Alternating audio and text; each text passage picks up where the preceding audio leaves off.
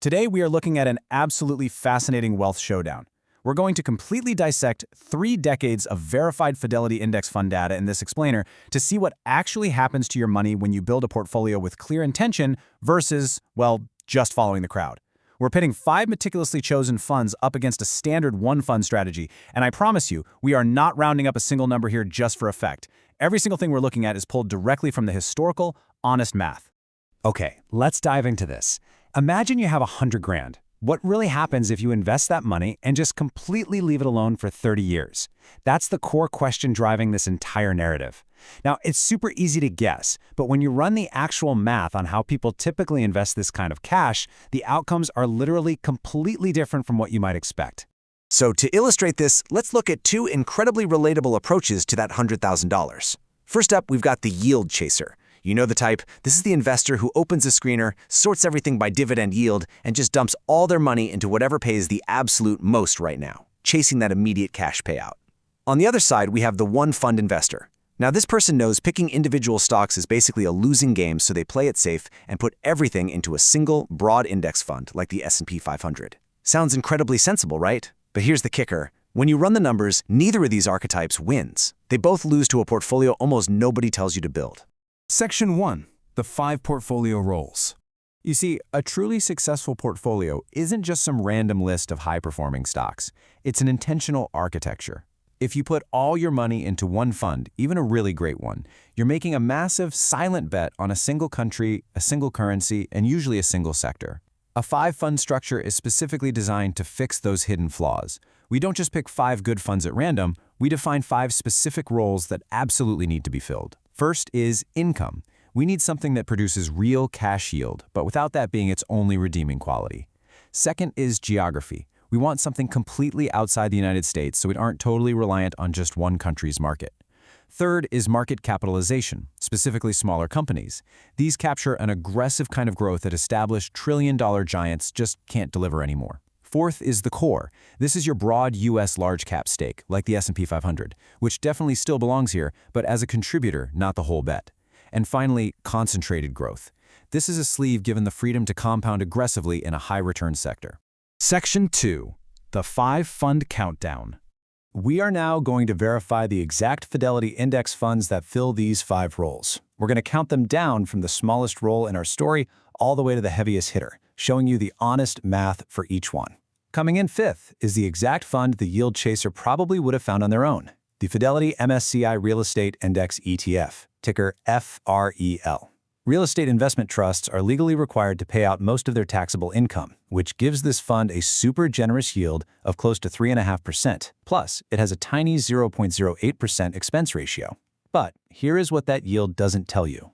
Verified over the last 10 years, its total annualized return, meaning price growth plus dividends, is just 6.25%. When we extrapolate that verified math, an initial $100,000 investment grows to about $182,000 in 10 years and close to $332,000 in 20 years.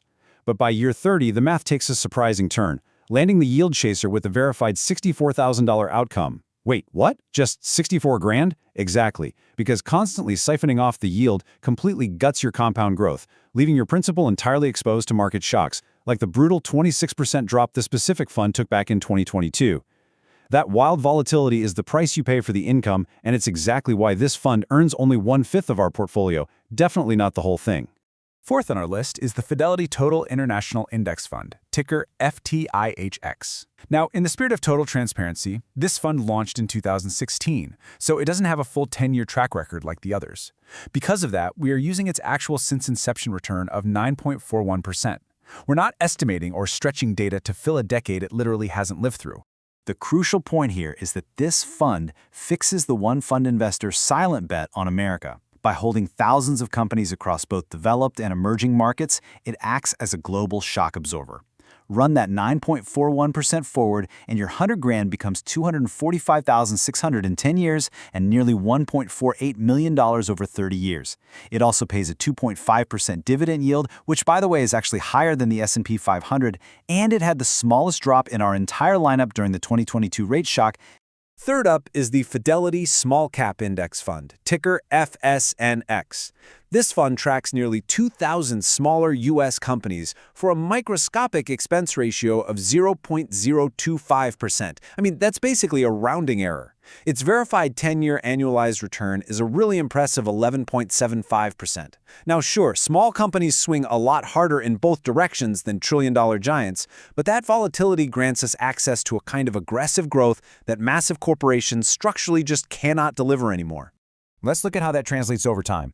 100 grand in this small cap fund hits roughly 303,700 in 10 years, leaps to over 922,000 in 20 years, and reaches just over $2.88 million after 3 decades. Yes, it got hit hard in 2022, down over 20%, but smaller companies simply have more room to grow their market share coming out of a downturn. It swings hard for sure, but it punches well above its weight class. Now, what's really interesting about this slide is we've arrived at our second fund, the Fidelity 500 Index Fund, ticker FXAIX. This is the exact fund the one fund investor bet absolutely everything on. It tracks the S&P 500 effectively for free with an incredible, verified 10-year annualized return of 15.07%. Honestly, demoting a fund with this kind of phenomenal track record to just 1/5 of the portfolio, it feels completely backwards. But trust me, it's about to make total sense. The math behind the one-fund strategy is undeniably solid. Over 30 years, 100,000 left completely alone in this fund grows to a fantastic $6.74 million. It's a genuinely excellent decision. If our story stopped right here, this fund would undoubtedly be the hero. But as great as almost $7 million is, it's about to be drastically overshadowed by the final piece of our puzzle. First in our lineup, and the undeniable heavy hitter of this group, is the Fidelity MSCI Information Technology Index ETF, ticker FTech. Pulled directly from Fidelity's on fact sheet, its verified 10-year annualized return is a staggering 25.4%. Now, we gotta be completely honest here. That specific decade includes the artificial intelligence boom, which is literally one of the strongest runs a single sector has ever seen in history. Extending that exact rate flat for 30 years is a mechanical extrapolation, it's not a guarantee. But we have to follow the honest math. And man, that honest math produces something wild. 100,000 in this highly concentrated technology sleeve reaches almost 962,000 in 10 years, 9.2 million in 20 years, and an unbelievable $88.9 million after 30 years. It single-handedly does the heavy lifting for long-term growth. However, it also suffered a near 30% drop in 2022, which was the sharpest on our entire list. It carries the absolute most risk and reward, which is precisely why it is just one piece of the structure and not the whole thing. Section 3. The 30-Year Showdown. So what happens when we finally pit these strategies against each other? We took that original 100 grand, split it perfectly into $20,000 chunks for our 5-fund blend, and ran the math. Fun fact, in year 1, the 5-fund blend actually loses to the 1-fund strategy. The blend sits at about $113,500, while the single S&P 500 fund is ahead at over $115,000. If we just stopped there, building this whole architecture would look like a massive waste of time, but listen to how this unfolds over time. By year 10, the blend starts pulling ahead to $420,000. By year 20, the gap widens to nearly $900,000, and by year 30, compounding completely explodes the blend to just over $20.1 million. It leaves the one fund's genuinely excellent $6.74 million in the dust and completely eclipses the yield chaser's 64 grand. Why does this happen? Because that 25% technology sleeve doesn't just contribute its 1/5 share forever, it compounds so aggressively that it eventually dwarfs the other 4 pieces combined. Section 4. Rethinking Risk and Reward.